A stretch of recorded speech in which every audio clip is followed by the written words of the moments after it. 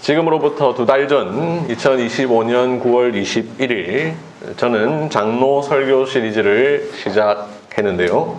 그러면서 이제 곧 우리 한길교회가 7위 장로를 선출할 것이라고 말씀을 드렸습니다. 그 이후에 지금까지 장로실 설교 시리즈를 계속 하고 있으니 오늘로 15번째 시간입니다. 장로를 선출할 것이다 라는 이야기를 들으시면서, 그리고 장로에 관한 설교를 들으시면서 혹 자매 중에 내가 장로가 될지도 모른다 라는 기대를 가진 분이 계십니까? 만약 있으시다면 죄송합니다. 오늘 설교의 제목에 암시된 대로 여자는 장로가 될 수 없습니다. 제가 분위기를 보니 애초에 단념하신 자매들이 대부분인 것 같습니다. 처음부터 아예 생각도 안 하신 분들이 대다수인 것 같습니다. 요즘 말로 저 생각 1도 없는데요 라고 생각하신 것 같습니다. 그 가운데는 여자는 장로가 될 수 없는 이유를 이미 잘 알고 있어서 그렇게 생각하시는 분들도 계시지만, 그 이유는 별로 궁금하지 않고 안 된다는 사실만을 그대로 받아들이시는 분들도 있습니다. 또는 그동안 자라온 교회 배경에서 여자 장로를 본 적이 없어서 여자가 장로인 상황 자체를 아예 상상도 안 해보신 분들도 있습니다. 혹은 어차피 장로가 되고 싶은 마음이 전혀 없어서 그런 분들도 있으신 것 같습니다. 그런데 여러분, 여자는 장로가 될 수 없다는 사실을 아는 것도 중요하지만 왜 안 되는지 그 이유를 아는 것도 중요합니다. 여자는 장로가 되면 안 된다, 여자는 장로가 될 수 없다, 이 사실만 알아서는 안 됩니다. 이유를 알아야 됩니다. 왜냐하면 그 이유 안에 복음이 있기 때문입니다. 그 이유 안에 하나님의 구속사가 있기 때문입니다. 그 이유 안에 교회론과 직분론이 있기 때문입니다. 여자는 장로가 될 수 없다라는 건 하나의 신학입니다. 만약 이유를 모른 채 여자는 장로가 될 수 없다라는 명제만 남으면 복음과 교회를 오해하게 됩니다. 실제로 많은 사람들이 오해합니다. 교회를 남녀 차별 집단으로 오해합니다. 세상만 아니라 기독교 세계 안에서도 그런 오해를 하는 사람들이 많이 있습니다. 뉴스 엔조이 같은 기독 언론은 여성에게 장로직을 허용하지 않는 교단과 교회를 한심한 집단처럼 취급하기도 합니다. 세상은 오해할 수 있습니다. 시대가 시대이니만큼 그럴 수 있습니다. 이제는 여성 상위 시대죠. 여성의 사회 진출은 이미 제법 오래되었습니다. 여성이 하지 못할 일 거의 없습니다. 이미 초중고 교사는 여자가 훨씬 더 많습니다. 소방, 경찰, 군대 등 여성이 미치지 않은 영역은 거의 없습니다. 여자 대통령을 배출한 지도 어느새 10년이 훌쩍 넘었습니다. 여성의 재능은 남성보다 훨씬 뛰어날 때가 많습니다. 여성의 역할이 제한되지 않는 시대입니다. 만약 요즘 직장에서 직원을 뽑을 때에 여자라는 이유로 제한한다면 당장 언론이 떠들썩하고 큰일을 할 것입니다. 이러한 시대에 여자는 장로가 될 수 없다고? 라고 물을 만합니다. 우리가 그동안 살펴본 장로의 직무는 교회의 영적 형편을 살피고 교인의 신앙과 생활을 살피며 교인들이 설교대로 신앙생활하는 여부를 살피고 신방, 위로, 기도, 교훈, 권면, 권징, 언약의 자녀를 가르치는 일, 예배 주관, 세례 문답, 회의, 재판, 이런 일을 하는데, 이 일들은 겉으로 볼 때는 남자라고 더 잘하는 일도 아니고 여자도 얼마든지 남자보다 더 잘할 수 있는 일들입니다.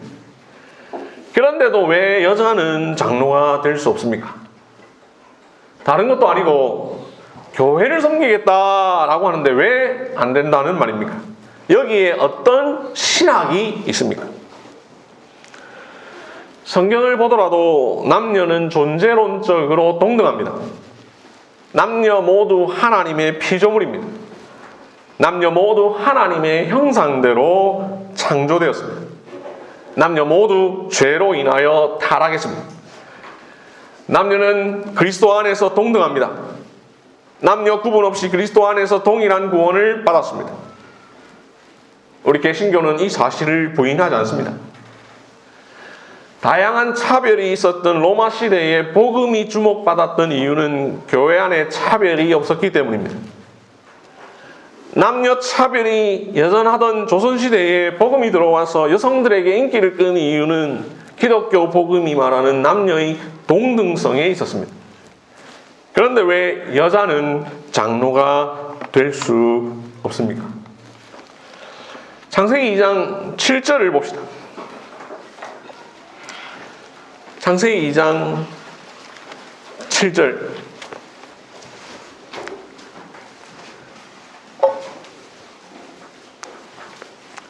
태초에 하나님이 세상을 창조하시고 동방의 에덴이라는 곳에 동산을 창설하셨죠. 이 동산 1차적으로 성소를 상징하고 궁극적으로는 교회를 의미합니다. 이 사실 예전에 제가 설교한 적이 있고 그 내용은 제가 쓴 책 우리가 성경을 오해했다에 잘 나와 있습니다. 하나님은 사람을 창조하신 뒤에 8절을 보시면 이 동산교회에 사람을 두십니다. 이렇게 두신 사람은 그냥 단순한 존재가 아니라 동산교회의 직원이었습니다.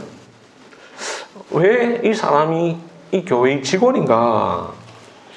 창세기 2장 15절을 보시면 여호와 하나님이 그 사람을 이끌어 에덴 동산에 두어 그것을 경작하며 지키게 하시고 라고 말합니다.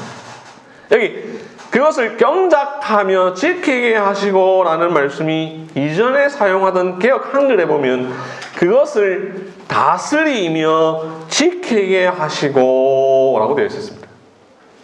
여러분, 다스리고 지키는 것 교회의 직원의 직무지요. 다스린다라는 말을 다르게 표현하면 섬긴다라는 말입니다. 동산을 다스리고 섬기고 지키게 하는 사람 바로 교회의 직원입니다. 이 직원 우리가 흔히 아담이라고 부르지만 23절을 보시면 이 이름이 남자입니다. 아담이 이것을 남자에게서 취하였은즉 여자라 부르리라 라고 말하죠. 내 이름 남자다, 너 이름 여자다 라고 말합니다. 이처럼 하나님이 최초의 교회 동산에 남자를 직원으로 세우셨습니다. 하나님이 이 동산교회를 구성하는 남자와 여자를 창조하실 때 둘을 동시에 창조하지 않으십니다. 남자를 먼저 창조하시고 그리고 나서 여자를 창조하십니다. 하나님 둘 다 한꺼번에 창조할 능력이 없어서 그렇게 하신 것 아니었습니다. 하나님은 의도적으로 남자를 창조하신 뒤에 여자를 창조하십니다. 이를 통하여 남자와 여자 간의 질서를 두십니다. 바로 창조 질서죠. 하나님 동산교회에 세우신 남자 직원에게 명령하십니다. 창세기 2장 16절 17절 그 유명한 명령이죠. 동산 각종 나무의 열매는 내가 임의로 먹되 선악을 알게 하는 나무의 열매는 먹지 말라. 내가 먹는 날에는 반드시 죽으리라.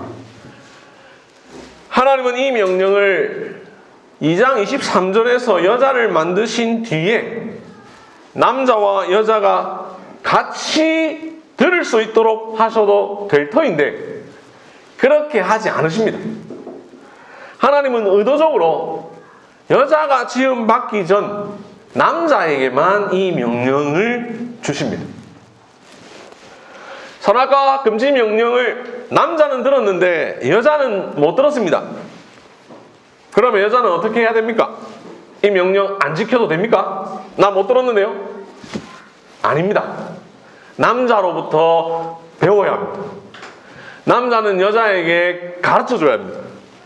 지키게 해야 합니다. 이로써 남자는 가르치는 자, 지키게 하는 자, 즉 다스리는 자의 역할을 해야 했습니다. 여자는 배우는 자, 다스림을 받는 자의 역할을 해야 했습니다. 하나님은 의도적으로 남자와 여자 사이에 이러한 질서를 허락하셨습니다. 남자는 직분자였습니다. 여자는 교인이었습니다. 교회의 직원 남자는 교인 여자를 가르쳐 지키게 해야 했습니다. 남자는 가르치고 다스리는 일을 맡은 동산교회의 직원이었습니다. 하나님은 최초의 교회인 동산교회의 치리를 남자에게 맡기셨습니다. 창세기 3장을 봅시다. 남자는 가르쳤으나 여자는 지키지 않았습니다. 남자는 가르치기는 했는데 제대로 가르치지 못해서 지키게 하는 일에 실패했습니다. 한마디로 치리를 제대로 못했습니다. 여자는 선악을 알게 하는 나무의 열매를 먹지요. 여자는 하나님이 세우신 직분자의 말보다 사단의 말을 듣습니다. 여자는 선악과를 먹으면 눈이 밝아져 하나님과 같이 되어 선악을 알게 될 것이라는 사단의 말을 따랐습니다. 남자는 교인의 신앙과 생활을 살피지 못했습니다. 교회 안에 사나운 일이 거짓 선지자가 들어오는 것을 막지 못했습니다. 교인 여자를 교리 오해와 도덕상 부패에 이르지 않도록 하는 일에 실패했습니다.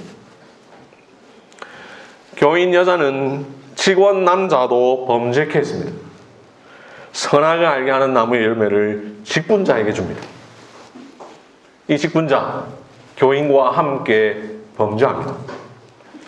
직원 남자는 교인을 복종케 해야 하는데 오히려 교인의 잘못된 말에 자기가 복종합니다. 배우고 다스림을 받아야 할 교인이 범죄했습니다. 가르쳐 지키게 함으로 다스려야 할 직원도 범죄했습니다. 최초의 교회 직원은 자신의 직무를 다하지 못했습니다.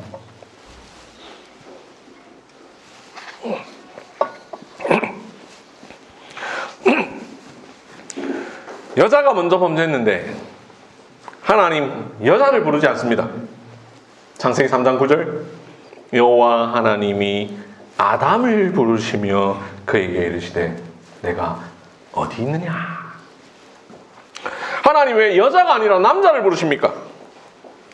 선악과를 먹지 말라는 명령 남자에게 주셨고 남자는 여자를 가르쳐 지키게 할 책임이 있었기 때문입니다.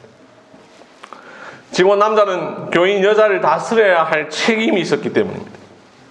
교회 안에 거짓 교리가 들어오는 것을 막아야 할 책임이 남자에게 있었기 때문입니다. 남자가 동산교회의 치리자였기 때문입니다. 남자는 여자가 자신의 치리에 복종하지 아니하고 범죄하였을 때에 여자를 권징했어야 하는데 남자는 도리어 자신이 함께 범죄합니다. 직원과 교인 둘 다 하나님의 치리에 복종하지 않습니다. 그래서 하나님이 그들을 권징하십니다. 하나님 뱀을 심판하시고 여자 남자에게 각각 권징을 하시죠. 창세기 3장 16절을 보시면 여자에게 내리신 권징, 그 벌이 나오는데 크게 두 가지입니다. 또 여자에게 이르시되 내가 내게 임신하는 고통을 크게 더하리니 내가 수고하고 자식을 낳을 것이며 너는 남편을 원하고 남편은 너를 다스릴 것이니라. 첫 번째 벌, 너에게 임신하는 고통을 크게 더하리니 내가 수고하고 자식을 낳을 것이다. 두 번째 벌, 너는 남편을 원하고 남편은 너를 다스릴 것이니라. 여기서 우리는 두 번째 벌에 주목할 텐데요. 너는 남편을 원하고 남편은 너를 다스릴 것이니라. 이 말. 첫 번째 벌을 보면은 무슨 말인지 어렵지 않습니다. 근데 두 번째 벌은 이게 무슨 말인지 잘 이해가 안 됩니다. 너는 남편을 원한다라는 것과 남편이 너를 다스린다라는 말 어떤 관련이 있을까? 남편을 원한다는 말 도대체 무슨 뜻일까? 번역은 이상하지 않습니다. 히브리어를 그대로 잘 번역했습니다. 너를 남편을 원한다. 너의 욕구가 내 남편에게 향할 것이다 라는 표현입니다. 근데 이걸 이해를 쉽게 하려면 우리가 의역을 해야 됩니다. 새 번역이 이것을 잘 의역했는데 이렇게 번역했습니다. 내가 남편을 지배하려고 해도 남편은 너를 다스릴 것이니라. 내가 남편을 지배하려고 할 것이지만, 이 말 다르게 표현하면 너는 남편을 다스리려고 할 것이지만, 여자가 남자를 지배, 즉 다스리려고 합니다. 그런데 여러분, 하나님이 처음 세우신 질서는 그렇지 않습니다.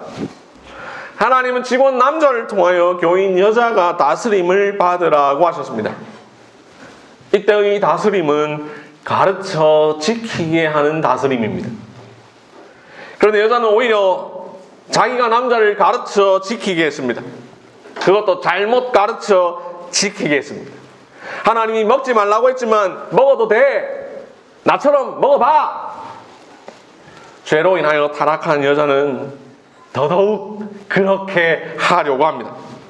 직원 남자를 가르쳐 지키게 하려고 합니다. 다스리려고 합니다.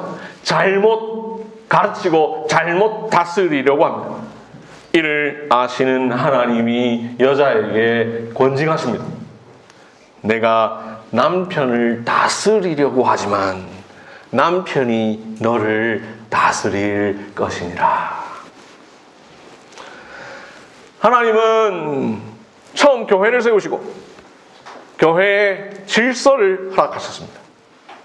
창조의 질서를 통하여 질서를 주셨습니다. 선악과 금지 명령을 남자에게 주셔서 여자를 가르쳐 지키게 하심으로 질서를 주셨습니다. 남자와 여자는 존재론적으로 동등하지만 직무에 있어서는 질서가 있습니다. 남자로 하여금 여자를 가르쳐 지키게 하셨습니다. 그러나 죄와 타락으로 인하여 질서가 깨져버렸습니다. 다스림을 받아야 할 자가 오히려 다스리려고 합니다. 하나님께서 세우신 창조 질서를 어지럽히려고 합니다. 너는 남편을 지배하려고 하지 마. 하나님은 이렇게 깨어진 질서를 그냥 두지 않으십니다. 창조 때와 동일한 질서를 주십니다. 아니, 타락 후에 더더욱 이 질서는 더 지켜야 한다라고 말씀하십니다. 타락 이후 창조 질서는 폐기되지 않고 오히려 더욱 강화되었다라고 말씀하십니다. 내가 남편을 다스리려고 하겠지만 남편이 너를 다스릴 것이니라.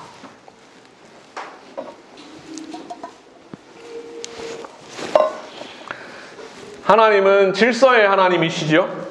고린도전서 14장 33절 하나님은 무질서의 하나님이 아니시오. 그러므로 하나님을 믿는 우리도 질서가 있어야 합니다. 남자와 여자 분명 동등합니다. 그러나 관계에 따라 질서가 있습니다. 각 가정에서 그리고 각 교회에서 질서가 있습니다. 창조 때에 세워진 질서는 타락 후라고 해서 사라지지 않습니다. 타락 후에 오히려 더 강화되었습니다. 타락으로 깨어진 질서를 타락 이후에 회복해야 합니다. 그리하여 새 창조로 나아가야 합니다. 질서를 회복하고 계속해서 지켜나가는 것, 구속사의 흐름에 서 있는 신자와 교회가 해야 할 일입니다. 이 질서 먼저 가정에서 지켜야 합니다. 에베소서 5장 22절 23절 아내들이여 자기 남편에게 복종하기를 주께 하듯 하라. 이는 남편이 아내의 머리됨이 그리스도께서 교회의 머리됨과 같음이니. 남자가 먼저 창조되고 여자가 그 이후에 창조된 것. 선악과 금지 명령을 남자가 여자에게 가르치게 했던 것. 타락 후 너는 남편을 다스리려 하지만 남편이 너를 다스릴 것이다 라고 하신 벌을 통하여 남편이 아내의 머리됨이라고 하는 것이 여전하다는 것을 우리에게 가르쳐 주셨습니다. 그래서 아내들이여 자기 남편에게 복종하기를 주께 하듯 하라 라고 말씀합니다. 이 질서 각 가정에서 지키고 나아가 교회에서 지켜야 합니다. 지난주에 말씀드린 것처럼 각 가정은 작은 집이요 교회는 큰 집입니다. 그래서 사람이 자기 집을 다스릴 줄 알지 못하면 어찌 하나님의 교회를 돌보리요 라고 말씀하죠. 작은 집 잘 지키는 사람이 큰 집 잘 지킨다라는 말입니다. 또한 바울은 고린도전서 14장 40절에서 교회를 향하여 이렇게 말합니다. 모든 것을 품위 있게 하고 질서 있게 하라. 교회는 질서를 따라 세워지는 하나님의 집입니다. 그러므로 가정의 질서와 다스림이 교회에서도 나타나야 합니다. 각 가정에서 남편은 아내의 머리로서 아내와 자녀를 잘 가르쳐 지키게 해야 합니다. 이게 남자가 각 가정에서 다스리는 법입니다. 자기 아내와 자녀를 잘 다스리는 사람 중 몇몇이 교회에서 장로가 되어 교인들을 가르치고 다스립니다. 창조를 통하여 세워진 질서, 타락 이후에 강화된 질서는 교회에서도 지켜야 합니다. 교회는 구속사의 정점입니다. 삼일체 하나님의 구속사역의 결과물이 교회입니다. 그렇게 교회는 창조 질서를 무효화하지 않습니다. 교회는 타락으로 깨어져 버린 창조 질서를 회복하는 일을 합니다. 그래서 바울은 오늘 본문 디모데전서 2장 11절 12절에서 뭐라고 말합니까? 여자는 일체에 순종함으로 조용히 배우라. 여자가 가르치는 것과 남자를 주관하는 것을 허락하지 아니하노니 오직 조용할지니라. 이 말씀은 지금까지 설명드린 내용을 이해하면 무슨 뜻인지를 바로 이해할 수 있습니다. 지금까지 내용을 안 듣고 들으면 이게 무슨 말인지 알 수 있으나 지금까지 내용을 잘 들으면 바로 이해가 됩니다. 여기 남자를 주관하는 것이라는 말에 주관이라는 단어가 무슨 뜻입니까? 세번역 이걸 지배라고 부르겠습니다. 여자가 가르치는 것과 남자를 지배하는 것을 허락하지 아니하노니. 이 표현 읽을 때 자동적으로 어떤 구절이 떠오릅니까? 창세기 3장 16절 하나님께서 여자에게 내리신 벌 너는 남편을 지배하려고 하지만 남편이 너를 다스릴 것이니라. 주관, 지배, 다스림 같은 말입니다. 바울은 그 구절을 염두에 두고 교회 안에서 여자가 남자를 다스릴 수 없다라고 말합니다. 최초의 교회에서 남자가 여자를 가르쳤고 다스렸습니다. 그러나 첫 남자와 첫 여자가 그 일에 실패했습니다. 바울은 이후에 오고 오는 교회에게 명령합니다. 타락 후 여자가 남자를 다스리려고 하지만 나는 여자가 가르치는 것과 다스리는 것을 허락하지 않노라. 바울은 이렇게 하나님께서 첫 여자에게 창조 때와 타락 후에 명령하신 그대로 오고 오는 교회에게 명령합니다. 바울의 이 명령, 철저히 창조와 타락 때 있었던 일에 근거한다는 사실은 그 뒤에 이어서 나오는 설명에 잘 나와 있습니다. 13절, 14절. 이는 아담이 먼저 지음을 받고 하와가 그 후며 아담이 속은 것이 아니요 여자가 속아 죄에 빠졌습니다. 디모데전서 2장 13절 창조 질서입니다. 14절 타락의 순서입니다. 바울이 오고 오는 교회로 하여금 가르치는 일과 다스리는 일을 여자에게 허락하지 않는다라고 말한 이유는 오직 이 두 가지입니다. 13절 창조 질서, 14절 타락 후에 강화된 질서. 가르치는 것과 주관하는 것, 무엇을 말합니까? 오늘 말씀드린 최초의 동산교회의 직원이 했던 직원의 직무, 그리고 우리가 지금 14주 동안 배웠던 장로 설교 시리즈를 통하여 배운 장로의 직무를 생각해 보면 이게 무슨 말인지를 바로 알 수가 있죠.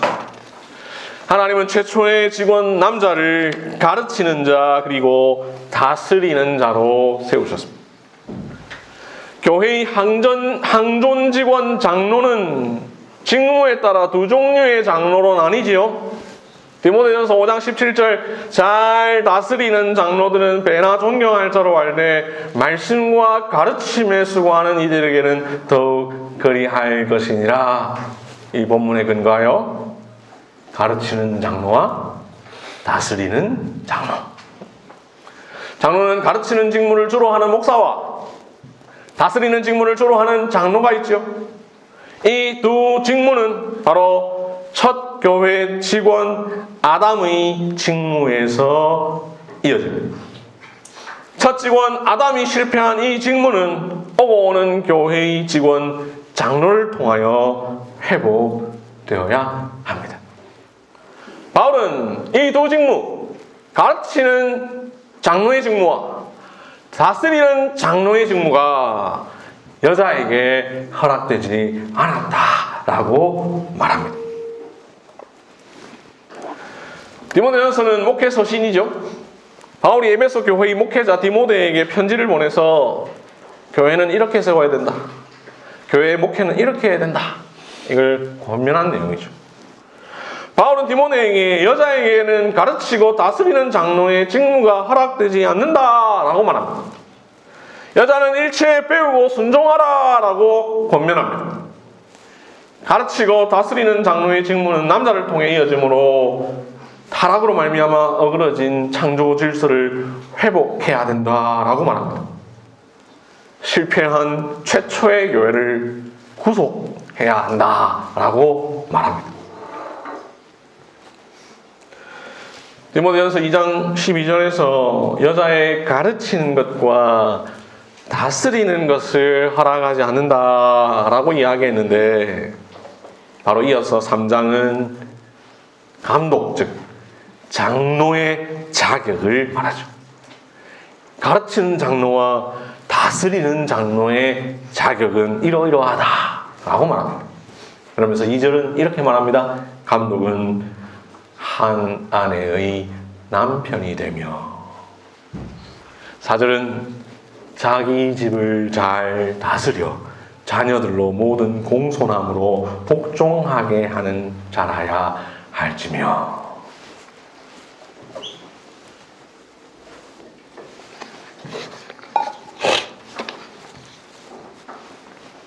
자, 이제 오늘 설교의 주제, 여자는 왜 장로가 될 수 없는가를 이해하셨습니까?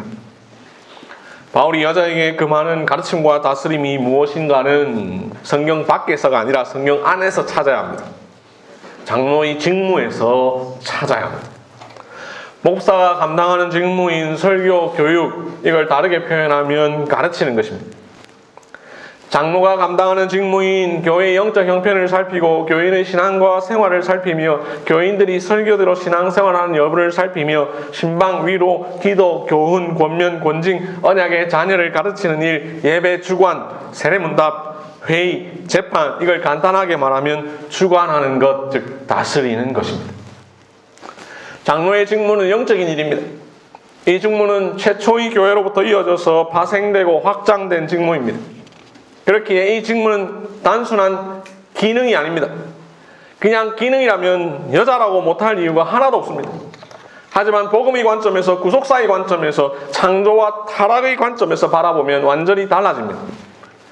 가르치는 것과 다스리는 것을 여자에게 허락하지 않은 것은 그 직무가 가진 구속사적인 성격 때문입니다. 이를 알지 못하는 이들, 성경적 표현, 성경의 구속사를 알지 못하는 이들은 여자는 장로가 될 수 없다는 명제를 이해하지 못합니다. 명제에 담긴 이유는 간과하고 그저 남녀 차별의 문제로 봅니다. 구속사를 젠더의 관점으로 해석해버립니다. 또한 디모데전서 2장 12절의 여자가 가르치는 것과 남자를 주관하는 것을 허락하지 아니하노니라는 말씀의 가르치는 것과 주관하는 것의 말의 의미를 이해하지 못하니 이렇게 말하는 사람도 있습니다. 여자 전도사와 여자 교사들이 교회에서 학생들을 가르치지 않습니까? 참고로 저는 여자 전도사 제도는 성경적이지 않다고 생각합니다. 여자 전도사들이 교회에서 하는 역할이 장로의 역할인데 장로가 그 일 안 하니까 여전도사를 세워서 돈 주고 우리가 못하겠다. 우리는 무료로 못하겠다. 네가 돈 주고 해라. 라고 하는 것입니다. 다시 돌아와서 여자 전도사와 여자 교사들이 학생을 가르치는 것은 오늘 본문 디모데전서 2장 12절이 말하는 가르치는 것과 직접적이지 않습니다. 디모데전서 2장 12절이 말하는 가르치는 것과 주관하는 것은 가르치는 장로와 다스리는 장로의 직무를 말합니다. 주일학교 교사의 일을 이 구절과 직접적으로 연결시킬 수 없습니다.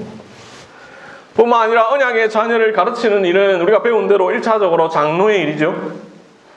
주일학교 교사는 여자든 남자든 장로의 회인 당회로부터 위임받아 그 일을 할 뿐입니다.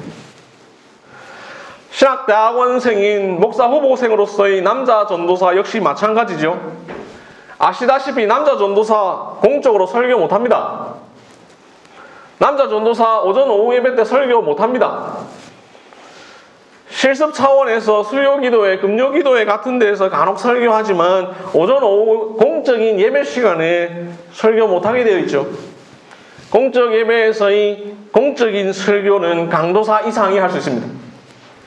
강도사와 가르치는 장로만이 공적인 가르침을 할 수 있으니 강도사도 당연히 여성에게 허락되지 않습니다.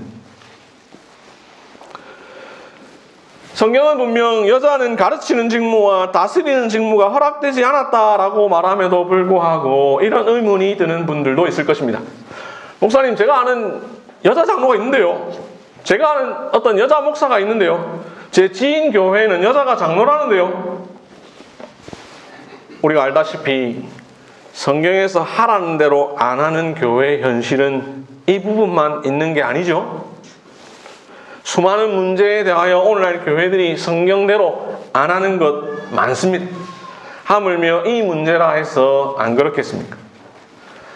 우리나라만 아니라 전 세계의 여성에게 장로직을 허락하는 교회들이 있는데 그런 교회들이 주로 어떤 교회들입니까? 성경을 성경대로 믿지 않는 교회들이 대부분입니다. 자유주의 신학을 추구하는 교회들이 대부분입니다. 1932년 조선예수교 장로회 총회에 질문이 올라왔습니다. 미국 북장로교회가 여성 장로를 세운 것은 어느 성경에 근거하며 동일한 신조 아래에 있는 우리는 왜 달리 해석하느냐? 미국에 보니까 미국 북장로교회에서 여자 장로를 세우는데 저기는 세우는데 왜 우리는 안 됩니까? 질문이 올라온 거죠. 1932년에. 여러분, 우리 교회에서 세계교회사 배웠습니다. 미국 북장로교회의 역사 몇 주 전에 배웠습니다. 여기 말하는 미국 북장로교회 바로 프리스톤 신학의 자유주의라고 하는 그 자유주의 신학이 들어온 교회입니다. 언제 들어왔느냐? 1929년에 들어왔습니다. 1929년에 자유주의 신학이 들어왔는데 미국 북장로교회가 1929년에 여성 장로를 도입합니다. 그로부터 3년 뒤 1932년 조선예수교 장로회에 질문이 올라왔습니다. 미국 북장로교회는 여성 장로를 세우는데 어떻게 봐야 됩니까? 이 질문에 대하여 총회는 이렇게 답했습니다. 미국 북장로교회에서 여성 장로를 세운 것은 우리가 상관할 것이 없고 우리 조선 장로교는 여성 장로를 세울 수 없다. 이 표현 되게 무서운 표현입니다. 미국 북장로교회가 여성 장로를 세운 것은 우리가 상관할 것이 없고 미국 북장로교회, 우리나라에 복음을 전해준 교회입니다. 우리나라에 처음 들어온 선교사 알렌이 1884년에 들어왔는데 미국 북장로교회 선교사입니다. 그 다음 해에 들어온 우리에게 유명한 연세대학의 설립자 언더우드 선교사 북장로교회 선교사입니다. 북장로교회 한국교회의 모교회입니다. 어머니 교회입니다. 우리에게 복음 전해준 교회입니다. 그런데 조선 예수교 장로회 이렇게 말합니다. 미국 북장로교회에서 여성 장로를 세운 것 우리가 상관할 것이 없고 자유주의 신학으로 인하여 성경을 그대로 믿지 않으므로 여장로 제도를 도입한 교회이니 그들이 비록 우리에게 복음을 전해줬던 교회이더라도 이제는 타락하였으니 우리가 그들대로 할 필요가 없다라는 것입니다. 1925년 캐나다에 있는 장로교회, 감리교회, 회중교회가 교단을 합쳐가지고 하나의 교회를 이루었으니 캐나다 연합교회입니다. 여러분, 장로교와 감리교가 합칠 수 있습니까? 칼빈주의와 아르미니우스주의가 아예 다른 내용인데 합칠 수가 없죠. 장로교회와 감리교회가 합쳤다는 것은 신학을 포기하고 신학의 다양성을 수용했다라는 말입니다. 실제로 이 캐나다 연합교회 자유주의 신학으로 변질되어 한국의 자유주의 신학을 보급하는 데 앞장섰던 교회입니다. 이 교회 1925년에 탄생되어서 10년 후 1936년에 여성 장로, 여성 목사 제도를 통과시킵니다. 한국 교회에서 여성 장로를 처음 허용한 곳은 기독교 대한감리회입니다. 1931년 여성 장로를 이 감리교회가 허용합니다. 감리교의 신학적 특성 아르미니스주의죠. 한국 감리교회는 그걸 넘어서 더 신학적으로 포용적이고 자유롭습니다. 다음으로 우리가 흔히 기장측이라고 하는 한국 기독교 장로회 1956년 교단 설립 3년 만에 여성 장로 제도를 도입합니다. 1974년 여성 목사 제도를 도입합니다. 아시다시피 이 기장측 대표적인 자유주의 신학 교단이죠.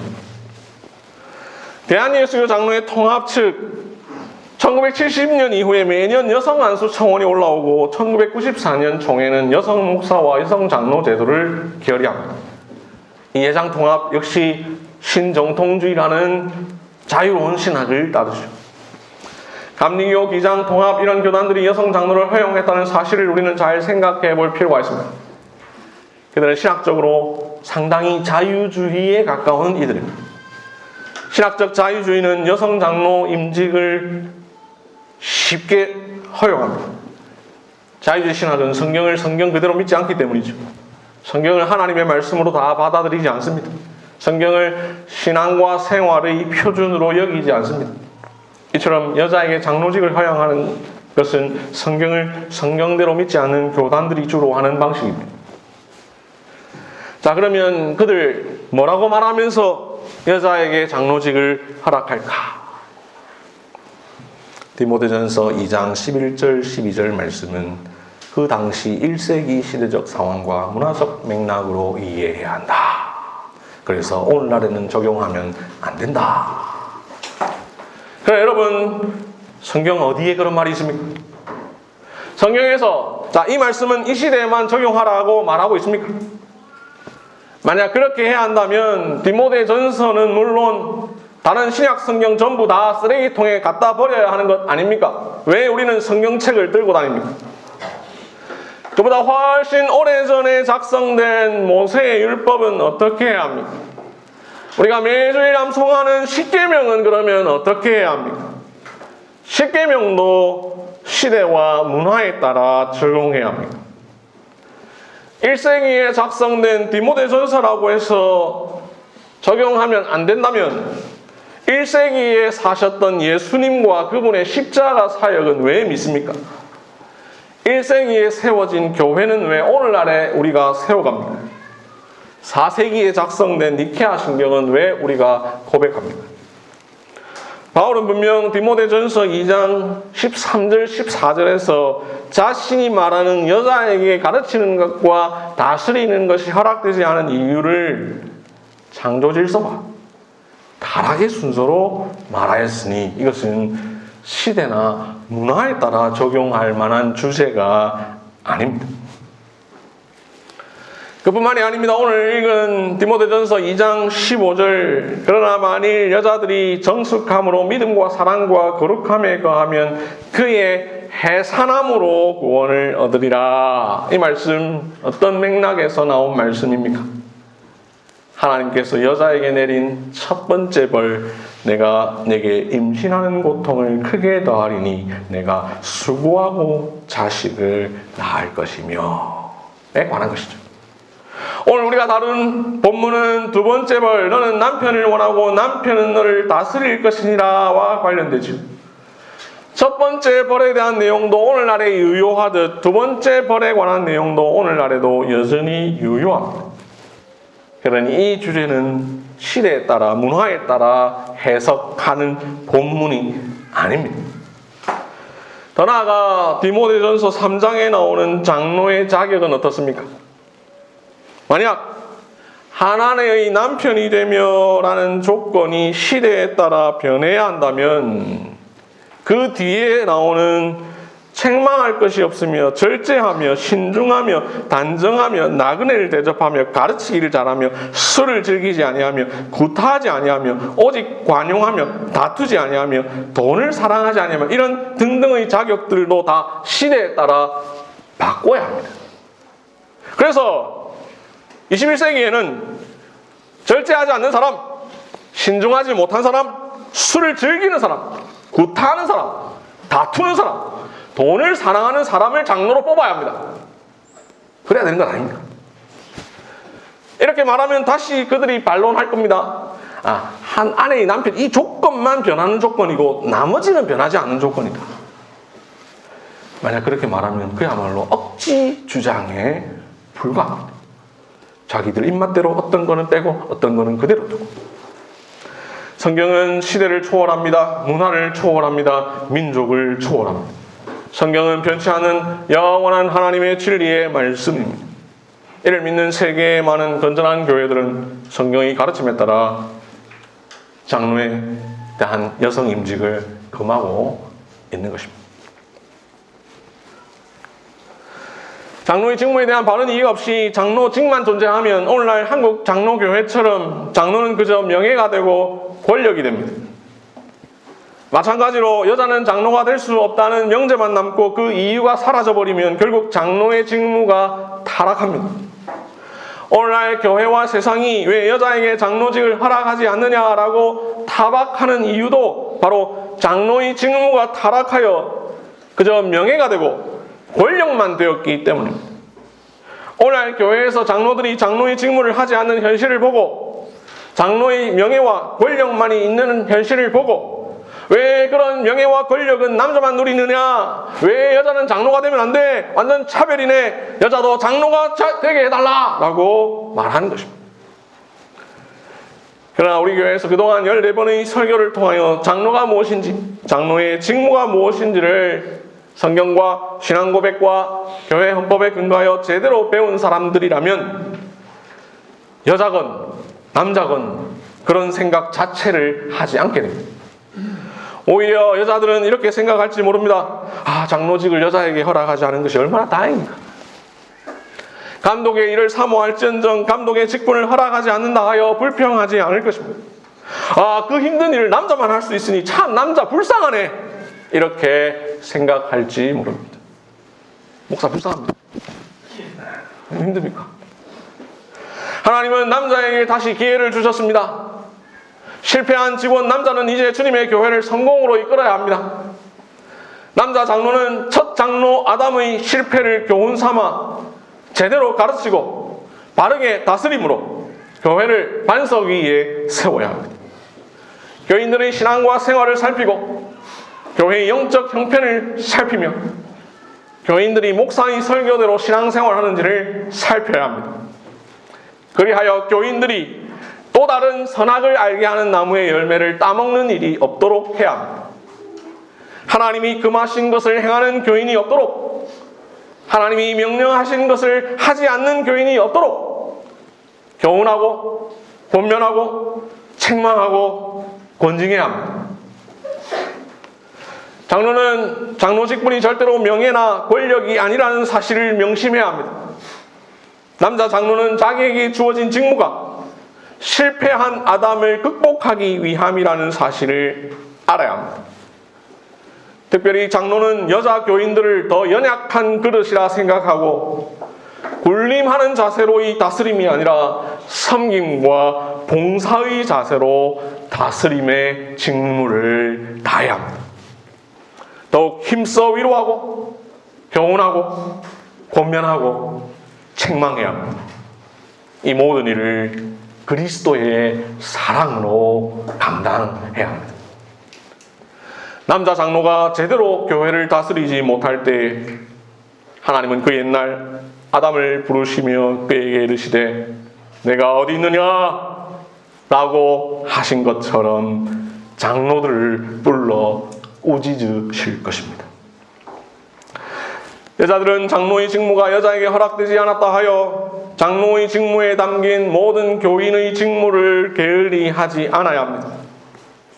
우리는 남녀노소 빈부 귀천 상관없이 모두 서로에게 가르치는 자들이요 서로를 다스리는 자들입니다. 우리 모두 서로 돌아보아 서로 위로하고 피차 가르치며 피차 권면함으로 상호 권징하는 자들이기 때문이죠. 이러한 교인의 직무는 여자에게만 아니라 젊은이에게도 어린이에게도 허락되었습니다. 말씀을 맺겠습니다. 안타깝게도 이 시대와 교회는 여자 장로 제도를 인정하는 교회는 시대에 부응하는 깨어있는 교회고, 여자 장로 제도를 반대하는 교회는 여성을 비하하는 몰직한 교회다 이렇게 잘못 평가합니다. 성경의 관점으로 생각하지 않는 사람들은 여성 장로직을 허락하지 않는 교회를 남녀 차별하는 곳이라고 생각합니다. 여자도 장로가 되어야 한다는 주장을 하는 사나운 이리가 양떼들 자기를 따르게 하려고 어그러진 말을 하는 시대입니다. 하지만 여자는 왜 장로가 될 수 없는가? 그 이유를 우리는 성경에서 찾아야 합니다. 그렇지 않고 시대 상황에서 찾는다면, 우리의 현실 세계에서 찾는다면 우리에게는 성경이 필요가 없습니다. 만약 그렇게 되어버리면 이혼이 죄인지 아닌지를 우리는 시대 상황에서 찾아야 합니다. 동성애가 죄인지 아닌지를 세상의 분위기에서 찾아야 합니다.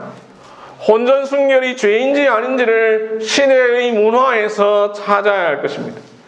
요즘 시대가 어떤 시대인데 라는 말은 성경의 진리와 가치를 따르는데 적용할 수가 없습니다. 세상에서 일어나는 많은 일들 성경에 위배되지요. 그러므로 사회적 상황과 현실과 가치를 교회 안에 그대로 적용할 수 없습니다. 우리는 하나에서 10가지 모두 성경이 기준이 되어야 합니다. 성경은 신앙과 생활의 유일한 표준입니다. 성경과 교회는 여성을 차별하지 않습니다. 성경과 교회는 그 어떤 이유로도 여성을 열등한 존재로 여기고 하대하며 불평등한 자리에 놓고 학대하는 것을 용납하지 않습니다. 다만 남녀는 구분이 있다고 봅니다. 만약 여자에게 장로의 직을 허락하지 않는다 하여 여자 차별이라고 한다면 청년에게 장로의 직을 허락하지 않으니 청년 차별입니까? 교인은 모두 동등하지만 모두가 장로가 될 수는 없습니다. 그렇다고 교인을 차별한다라고 말하지 않습니다. 여자는 왜 장로가 될 수 없는가? 그 이유는 유교적 남존여비나 가부장적 사상에 근거한 것이 아니라 성경이 말씀하고 있기 때문입니다. 우리는 성경이 가라는 데까지 가고 멈추라는 데서 멈추는 자들입니다. 교회 중심의 생활 원리는 성경 중심의 생활 원리를 기초로 합니다. 교회는 성경 위에 세워진 공동체입니다. 그 어떤 해석이 아무리 세상의 보편적 가치와 시대 정신에 부합한다 하더라도 성경에 맞지 않는다면 거부해야 합니다. 반대로 어떤 해석이 세상의 흐름과 맞지 않아도 성경의 가르침이라면 순종하는 자세로 받아야 합니다. 교회는 항상 개혁되어야 하지만 그 개혁은 반드시 성경으로 돌아가는 개혁입니다. 사랑하는 한길 장로교회 성도 여러분, 장로의 직무는 교회를 세우기 위해서입니다. 장로가 된다는 건 무거운 짐입니다. 실패한 첫 남자의 일을 오고 오는 남자들 중 몇몇이 감당해야 합니다. 실패를 다시 성공으로 회복해야 합니다. 첫 직원 남자 아담의 실패를 극복하는 교회의 항존 직원 목사의 가르침과 장로의 다스림을 통하여 교회는 구원받습니다. 목사와 장로가 말씀으로 가르치고 다스릴 때 교회는 회복된 동산 낙원이 됩니다. 그렇게 예수님은 장로회에 천국 열쇠를 주셨습니다. 아멘. 잠시 기도하겠습니다.